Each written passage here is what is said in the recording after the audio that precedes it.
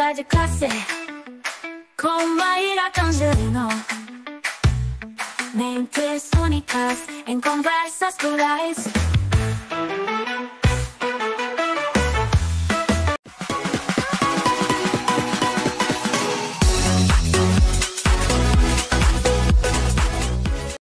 Olá, pessoal! Boas-vindas a mais um episódio do Conversa de Classe. Vocês sabem, né? É aquele espaço em que boas conversas com educadores e educadoras incríveis nos fazem aprender mais sobre mundo, sobre escola, sobre as pessoas. E hoje, gente, eu tenho a honra de conversar com uma mulher que entende muito de tecnologia educacional, de inovação e de inteligência artificial aplicada ao ensino. Ela vai falar um pouquinho sobre como a gente usa a inteligência artificial para personalizar o ensino. E é com muita alegria que a gente vai conversar hoje aqui com a professora e especialista Patrícia Papa. E eu já combinei aqui nos bastidores com ela que a gente vai começar começando e eu vou mandar aqui a primeira pergunta para ela. Patrícia, você tem uma trajetória que ela é impressionante. Você está lá na educação, só que você está lá desde o Windows 95. Daqui a pouquinho a gente pode explicar para o pessoal o que é isso. Eu gostaria de saber como foi esse início e o que te motivou a seguir por esse caminho de inovação. Professora Patrícia Papa, com muita honra, com muita alegria, bem-vinda ao Conversa de Classe. Ai, Maíra, muito obrigada. Eu que me sinto super honrada de estar aqui com você, né? Muito legal, muito obrigada por esse convite, por poder compartilhar com outros educadores, né, a minha prática. Muito obrigada mesmo. É verdade, eu comecei já tem um bom tempo entregando a minha idade, né? Eu primeiramente fui influenciada nas novelas, né? O influenciador existe desde a época da década de 90, o adolescente dos anos 90. Então, com a novela Fera Radical, Malu Mader, sendo lá operadora de computador, me influenciou em fazer processamento de dados. Só que quando eu fui para o estágio, fiquei lá programando, na época Clipper, uma linguagem de programação chamada Clipper, eu odiei ficar dentro de um CPD, que era o Centro de Processamento de Dados, programando. E pensei, o que eu fiz da minha vida? O que eu queria mesmo era ser professora. Só que eu já tinha feito curso, já estava no estágio, já estava no último ano, trabalhei um pouquinho ainda como programação, mas em 1994 eu consegui uma vaga numa escola de curso livre de informática. Fui dar aula de DOS, WordStar, Lotus, não existia o Windows ainda, não tinha essa interface tão fácil, né? E aí começou a minha trajetória. Depois de uns 2, 3 anos eu fui para a primeira escola de verdade, né, no mundo acadêmico, e depois eu fui estudando cada vez mais, fiz pedagogia, fiz tecnologias educacionais, né, na pós-graduação. E em 2010, uma professora visionária, me apresentou a robótica. Então, eu comecei a estudar robótica. Hoje eu sou professora de tecnologia e robótica. E todo tempo, professor tem que estudar, né? Muito mais do que ensinar, a gente tem que estudar. Então, esse foi o meu início lá em meados dos anos 90, ensinando mesmo o Windows, como você disse, o Windows 95, eu comecei antes do Windows 95, mas já aquela questão da informática dentro da escola, era muita aula extra, depois é que tornou curricular, muitas escolas adequaram o seu currículo para ter aulas de tecnologia e robótica, e hoje nós contamos ali com a BNCC, o complemento da computação, que é ali, né, obrigatório desde da educação infantil, o pensamento computacional. Paty, que trajetória maravilhosa e inspiradora. Eu sempre gosto de contar para as pessoas que vêm, né, para os entrevistados e entrevistadas, que o nosso público é de docente, mas também tem muita gente que ainda está na graduação. E eu acho incrível quando a gente compartilha, né, essas histórias. Olha, eu comecei num lugar, depois eu fui para outro e eu fui me descobrindo aí, até para a gente dizer, né, que não existe só um caminho na vida, você não vai decidir lá. Sim, dá para voltar, dá para recomeçar e que tudo isso também é sucesso, né, muito diferente aí de como se pensava antes, né. Uhum. E eu estava olhando aqui para o teu currículo, né, vendo para a sua experiência, você tem se dedicado ao estudo e à aplicação da inteligência artificial na educação. Eu sempre falo em informação, acho que a gente já teve juntas em alguns momentos desse, né, que para mim, né, o aparecimento da inteligência artificial é um fato histórico mesmo que mudou a humanidade para sempre. Eu queria saber de você, que é uma estudiosa aí, dessa área, quais as mudanças que mais te surpreenderam nesse campo? Eu acho que é a rapidez, né, com que aconteceu. É claro que IA já existe desde a década de 50, já tem, né, esses estudos, nós como educadores estudamos que isso já acontece há muito tempo, os aplicativos de reconhecimento facial, de GPS já acontecem há muito tempo, mas foi praticamente nos últimos 2, 3 anos que isso, né, foi de forma galopante. Então, eu acho que o grande diferencial é essa rapidez. Isso que acontece com a inteligência artificial nos dias de hoje. A tecnologia já era assim, né? Já foi galopante, os aplicativos já se modernizavam muito, mas essa questão da IA generativa, ela está galopante. A gente está fazendo essa entrevista hoje, quando ela for para o ar, pode muita coisa mudar daqui semanas e não ser mais sobre o que nós estamos conversando aqui. Paty, e de fato, né, eu vejo que esse processo, ele tem chegado na escola numa velocidade e os educadores também tentando entender ali o que está acontecendo, e eu sempre penso assim, que bom que tem pessoas como você, né, que podem acompanhar esse processo, e não só isso, né, acho que também trazer ideias. Inclusive, você tem um projeto que você apresentou lá no Google de Nova York, que fala, né, sobre a personalização do ensino usando inteligência artificial. Eu gostaria de te perguntar se você pode contar um pouquinho mais, né, sobre isso para a gente, mas também como que a inteligência artificial, especificamente aí o Gemini, né, pode de fato contribuir para tornar o ensino mais personalizado e inclusivo. Sim, como você disse, a gente muda, né, a rota sempre. Eu comecei em 22 a estudar o GPT. No fim de 22, ele surgiu e eu fui lá ver o que é. E comecei, gente, olha, compartilhando com professores. Eu descobri 23, eu acho que foi o auge. Eu descobri um negócio aqui, vem aqui ver. E escrevia lá um comandinho, que hoje a gente chama de prompt, mas na época prompt não era o nome para mim. Olha, escreve isso aqui, é uma pergunta, faz uma ordem, né? Dá um comando. E aí eu ensinava os professores a fazer bilhetinho, fazer enunciado de lição, fazer bilhete de excursão. E aí, quando eu ensinei para minha coordenadora, em meados de 23, ela, meu Deus, que mágico que é isso, né? Porque facilita muito esse processo. Quando eu cheguei com toda essa carga no Google, é claro que nós tivemos uma entrevista inicial para ver quem de fato estava fazendo o uso das inteligências artificiais desde o início. Como eu tinha muita relação com o GPT, e quando nós fomos para esse projeto, que nós estudamos alguns meses antes, o Gemini nem tinha sido lançado ainda, né? Depois quer dizer, ele tinha sido lançado, mas não era uma coisa tão frequente. Nós usamos o meu projeto inicial era usando o GPT. E aí, quando eu fui estudar com o Google, eu vi as possibilidades do Gemini, fui para a academia do Gemini, para o Gemini Academy, para o que eu tinha aprendido em poucas semanas já replicar. E foi assim um estouro em poucos meses o uso dos professores usando a inteligência artificial.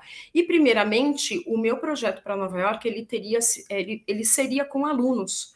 Porque a entrevista você já está usando? Sim. Está usando com alunos? Sim, estou usando com alunos. Porque eu já tinha feito em 24 todo um planejamento de aulas para os alunos maiores, para os alunos do ensino médio e ensino do Fundamental 2, entender o que era inteligência artificial, como que aquilo... Porque para o nosso usuário, para os nossos estudantes, a coisa de tecnologia, principalmente, a coisa acontece antes do que para nós, professores. Eles já sabem coisas que nós não sabemos, eles trazem a novidade, né? Então, eu já tinha, como professora de tecnologia educacional, também trabalho muito a ética e a cidadania, trouxe essa questão da inteligência artificial no início de 2024 e ia pilotar um projeto no AI para alunos. Só que no meio do caminho eu pensei, não, se é um encantamento para o professor, se eu já tive essa experiência, que quando eu mostro esse prompt, quando eu mostrava lá atrás o GPT, os professores ficavam encantados e maravilhados, falei, vou pilotar um projeto de personalização, porque é o grande problema. O professor demanda muito, né? São muitos trabalhos, é muita produção de texto, é muito relatório, é muita avaliação, muita prova. Eu falei, não, eu mudei o caminho do meu projeto, e aí me agreguei junto a Carol Teles e Lucas Mateus, que foram também selecionados nesse projeto, para fazer essa personalização de ensino, que hoje é o que demanda muito para nós dentro da nossa área educacional, personalizar, né? Porque os estudantes, eles entendem, né, o conteúdo, cada um na sua habilidade. Um é mais auditivo, outro é mais mão na massa, o outro gosta de ler, escrever, fazer resumo.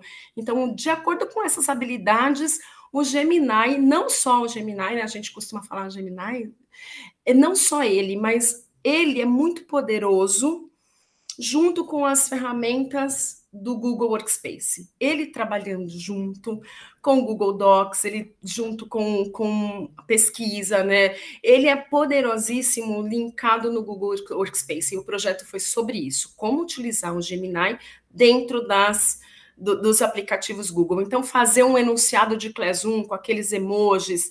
Então, a Class 1 já não ficou mais aquela coisa impessoal. O professor já coloca, né, já tem o Gemini como seu assistente, usando ali todos os aplicativos do Google linkado ao Gemini, criando todo esse trabalho maravilhoso aí para o professor e ajudando quem não quer ter um assistente, né, dentro da nossa área. Então, o Gemini, ele trabalha juntamente com os aplicativos como um assistente mesmo para auxiliar e minimizar o tempo, potencializar as práticas.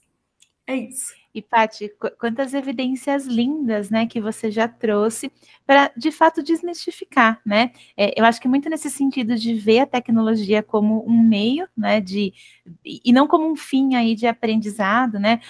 Ou, por exemplo, né, muita gente ainda vê com desconfiança a inteligência artificial no ambiente escolar.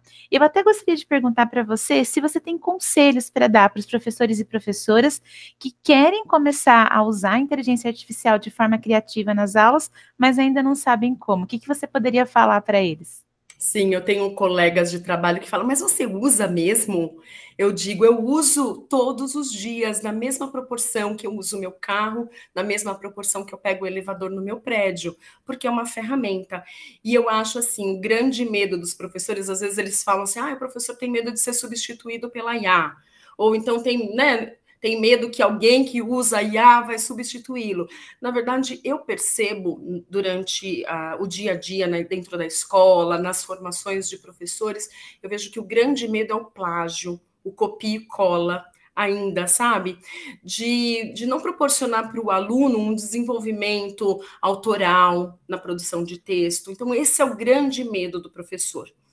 Mas como toda ferramenta tecnológica ou não, a gente precisa saber utilizá-la, né? Como aquela tesourinha. Às vezes tinha a tesourinha do corte reto. Depois criaram uma tesourinha zigue-zague, mas você tem que aprender a usar.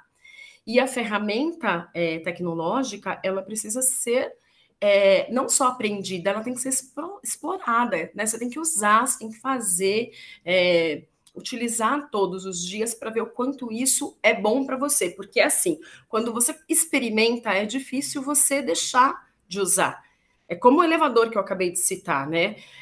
Não é que você não tem consciência de que você precisa fazer exercícios físicos e só por isso você vai subir, que nem eu moro no 11º. Então, toda vez eu vou subir 11 andares aqui de escada só porque eu tenho que ter uma consciência de que eu tenho que fazer atividade física. Não, eu tenho que ter uma gestão do meu tempo para fazer atividade física, mas quando eu chego no fim do dia, cheio de compras, eu não vou subir 11 andares, então eu vou usar a tecnologia, né, para me facilitar, para ser prático, e a mesma forma a IA generativa, né, o medo da IA generativa. Mas isso é a reprodução de conteúdo que existe desde a época da Barça. Eu me lembro quando eu fazia os meus trabalhos de escola, eu ia na biblioteca e copiava e colava, não é? Só que a minha ferramenta era outra, era o lápis, a folha de papel ao maço, a caneta, eu copiava e colava da Barça. Depois, com o Google, tem lá um copia e cola. Hoje nós temos outras ferramentas de pesquisa, então o Gemini é uma delas. Quando você está linkado ali no Google, quando você faz uma pesquisa, ele traz todo o conteúdo para que você, né, faça a sua pesquisa. E o grande conselho que eu deixo, né, para todo mundo que está usando é aprender a usar. E além de aprender a usar, ser crítico, né? E passar essa criticidade para os seus estudantes, né? Analisar como tudo. Você está vendo um vídeo no YouTube, você tem que ter aquele olhar. Você está consumindo ali um meme viral, os brainrots, por exemplo, que está ali em alta, você tem que ter aquela criticidade, né? Para ver se isso é bom para você ou não. E da mesma forma, a inteligência artificial. Nós sabemos de todos os prós e contras. Tem a questão do meio ambiente, o uso da água, então vem muitas questões assim dos professores para mim.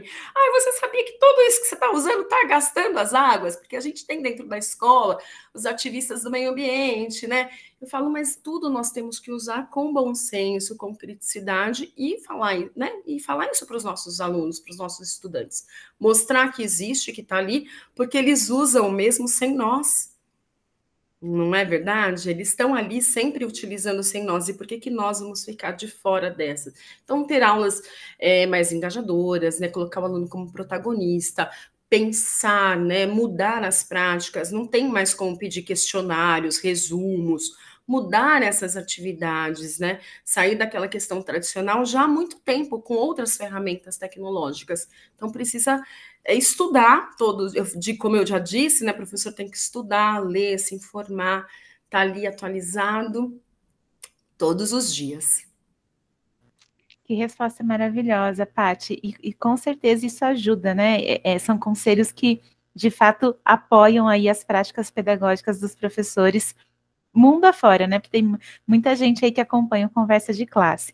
Paty, eu queria agradecer a sua generosidade, a sua disponibilidade, você ter dado um pedacinho do seu tempo, que eu sei que é concorrido aí, para estar aqui com a gente. E quero saber, você quer deixar uma mensagem de finalização para quem está ouvindo a gente? Ai, olha, eu queria super agradecer, só gratidão por esse momento, que eu sei que muitas pessoas, né, vão ouvir, que eu sei que a sua audiência é maravilhosa, dos grupos dos educadores. E a mensagem é gratidão, Maíra, muito obrigada por estar aqui, por poder compartilhar um pouquinho da minha vida. Minha vida é a escola, minha vida é trabalhar com tecnologia, é aprender sobre inovação, trazer para dentro da minha sala de aula também propostas inovadoras para que a minha aula seja diferente para os alunos, instigadora, para que eles queiram aprender, né? E para os professores também, né? Quando eu trago, todo mundo já me tem como referência, e é difícil ter, né, inovação todos os dias, não é todo dia que a gente acorda criativo, não é todo dia que a gente tem ideias mirabolantes, tem lá soluções, então sabe que o que eu uso nesses dias? O Gemini. O Gemini para me dar ideias mirabolantes para minhas aulas. Maravilhosa, e é isso mesmo. Usa, gente, né, com criticidade, com reflexão, mas também, é claro, né, para facilitar a vida. Paty, mas pode falar. Porque tem, né, por exemplo, o Google, ele, com o Gemini, tem os princípios do bom uso, né, os princípios básicos do bom uso para ser ético, para ter ali um bom senso na hora de utilizar. O Gemini é incrível, tanto que depois que eu comecei a aprender, larguei o GPT, porque ele tem a checagem. Então, ele tem várias ferramentas para você usar mesmo com bom senso. Muito, muito mesmo. E eu também uso muito, viu, gente? Então usem aí também no dia a dia de vocês. Paty, te agradeço novamente, né, pela presença, por estar aqui com a gente. E, pessoal, a gente se vê no próximo Conversa de Classe. Até mais. Obrigada, beijo!